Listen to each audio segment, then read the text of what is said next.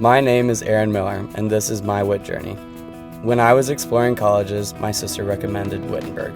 Little did I know this was the start to my Witt journey. At first I considered nursing, drawn to the idea of helping others in their time of need. But as I delved deeper into my studies, I discovered a new passion that merged my love for computers with my desire to make a difference. Cybersecurity isn't just about protecting systems, it's about safeguarding people. Cybersecurity professionals ensure the safety and security of individuals and organizations.